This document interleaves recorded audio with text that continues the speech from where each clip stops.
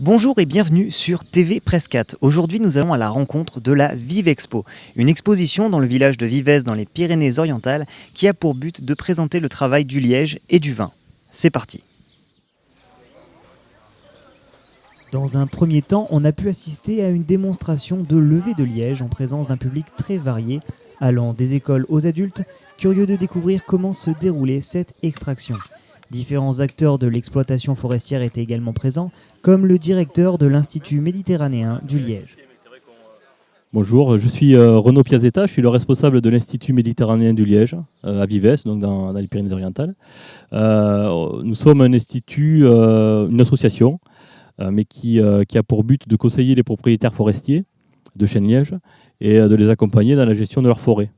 Et un de nos autres objectifs, c'est d'entretenir des relations avec les différentes régions productrices de liège et avec les autres pays producteurs.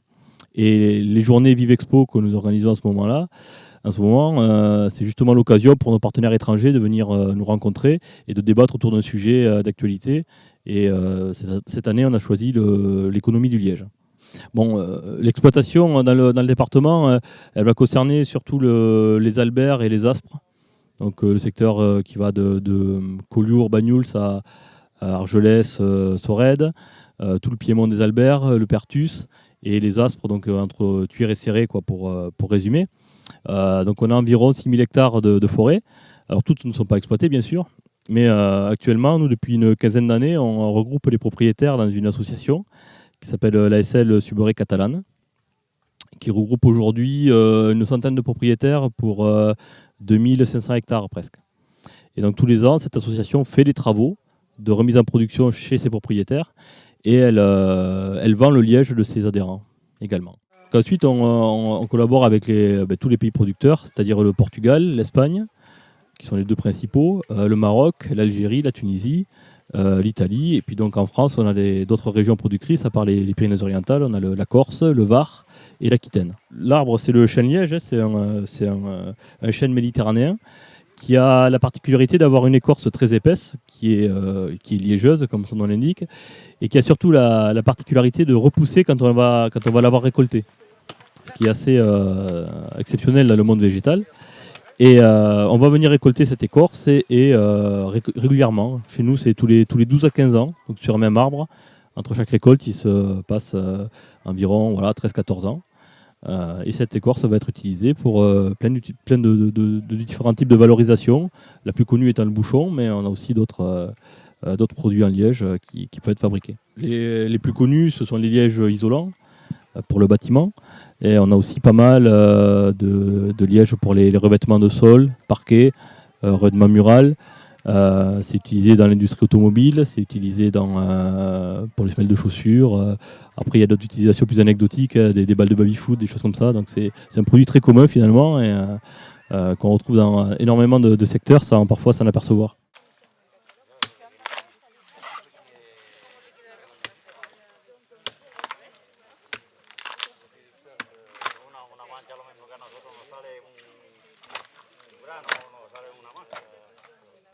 Non, la récolte est vraiment saisonnière et là on est en tout début de saison, au mois de juin.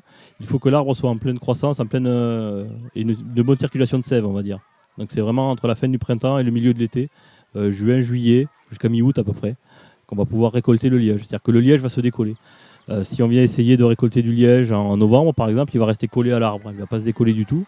Et si on venait vraiment insister, on arracherait les parties vivantes de l'arbre et là on viendrait carrément le tuer. Donc on a vraiment une saison très bien marquée qui est juin, juillet, août. Voilà. Les démonstrations de levée de liège, on les fait dans le cadre de ces journées Vivexpo qui ont lieu tous les 2 ans. Après, chaque année, on fait une journée annuelle du liège qui est destinée aux propriétaires forestiers, plus spécifiquement, donc un peu moins grand public, même si le grand public peut y participer, mais où on va à chaque fois aborder des thèmes plutôt qui ont trait à la sylviculture, donc à des techniques de récolte. Cette année, on a parlé des plantations, par exemple, de chênes-lièges. Et sinon, on a notre meilleur moyen de communication, c'est notre site internet, sur lequel on met pas mal de documentation technique que les propriétaires ou même les simples curieux peuvent télécharger.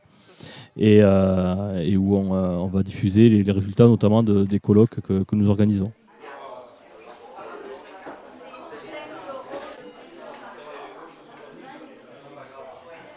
La démonstration une fois terminée, une dégustation de vin s'est déroulée au centre du village de Vives, au cours de laquelle le public a pu découvrir les vins locaux qui avaient été primés cette année.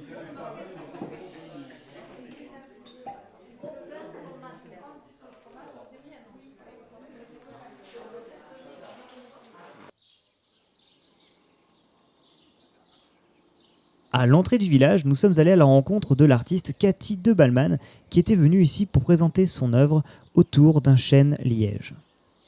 Donc, Cathy de Balman, je ne sais pas si vous avez dans le champ Thomas. Oui, c'est bon. Thomas, en fait, qui travaille à l'Institut méditerranéen du Liège et qui m'assiste en fait pour cette réalisation donc, d'une œuvre art plastique que je mets en place depuis déjà plusieurs années, puisque j'ai créé en fait une plateforme qui réunit en fait différents acteurs du Liège, et je crée des instants comme celui que je suis en train de créer ici à Vives, qui s'appelle l'arbre détonnant, voilà, et qui est constitué en fait sur un processus participatif, avec un processus participatif en collectant des bouchons de liège. Et pour cette pièce, on a décidé en fait j'ai décidé d'utiliser les bouchons de champagne, en fait, les bouchons en fait qui vont sortir avec la pression. D'où l'arbre, d'où le titre détonnant. Et donc c'est une pièce en fait comme la plupart des pièces que je fais, donc qui est expérimentale et qui va évoluer dans le temps. Et pour cette pièce-là, en fait, les bouchons vont venir, sont comme une sorte de greffe en fait sur l'arbre. Et l'arbre va continuer à vivre et donc va former une écorce. Et peut-être, alors ça on ne sait pas comment il va réagir, mais en tout cas on laisse, c'est pour ça qu'il y a des espaces entre les bouchons pour que l'écorce puisse venir voilà, lier les bouchons entre eux. D'accord. Donc là sur cette pièce-là vous avez 2000 bouchons. C'est que cet arbre-là, en fait, on va à nouveau l'écorcer dans 12 ans avec les bouchons. Voilà. Avec les et bouchons. donc ça c'est la pièce que je vais ramener et qui sera éventuellement exposée dans des lieux, parce que moi je travaille beaucoup dans l'espace urbain et avec les gens, et après ce que je ramène dans les lieux d'exposition en fait plus classiques, c'est les documents et les résultats des travaux qui ont été mis en œuvre dans les espaces avec le public.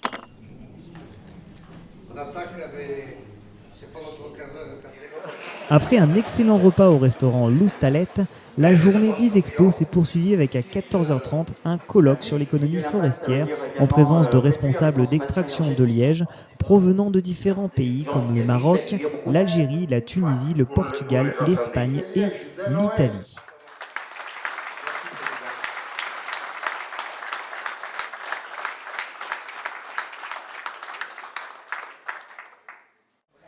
Bon, ces colloques, parce qu'il y a eu 13 Vive Expo, vous avez dû l'entendre, sur ces 13 Vive Expo, chaque fois le thème est différent.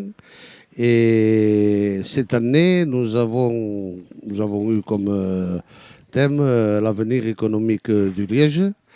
Ça permet à de nombreux techniciens et scientifiques, vous l'avez vu, à dire ce qu'ils pensent sur l'avenir du Liège, ce qu'ils pensent sur la rentabilité des subrés, bien que dans l'ensemble, tous soient à peu près d'accord. Si les subrés sont rentables, les propriétaires de subrés les travailleront ou les feront travailler. Et si on en arrive là, déjà, on a pas mal, vous l'avez vu certainement dans la journée, on a pas mal de subrés débroussaillés. Et si on arrive à avancer maintenant vite, parce que maintenant on avance vite, eh bien, nous allons, par la même occasion, lutter contre les incendies de forêt et protéger notre environnement et notre manteau végétal et produire enfin du liège de qualité, parce que nous avons été, depuis 20 ans, là, nous avons été obligés d'extraire gratuitement l'écorce de liège brûlée, de la laisser sur le sol. Ça a coûté très cher et on avait peu de financement pour le faire. Maintenant, le problème est un peu résolu. Vous l'avez entendu, nous vendons 70 tonnes à peu près, cette année peut-être un peu plus, de liège tous les ans, et cet argent est réinvesti dans la forêt.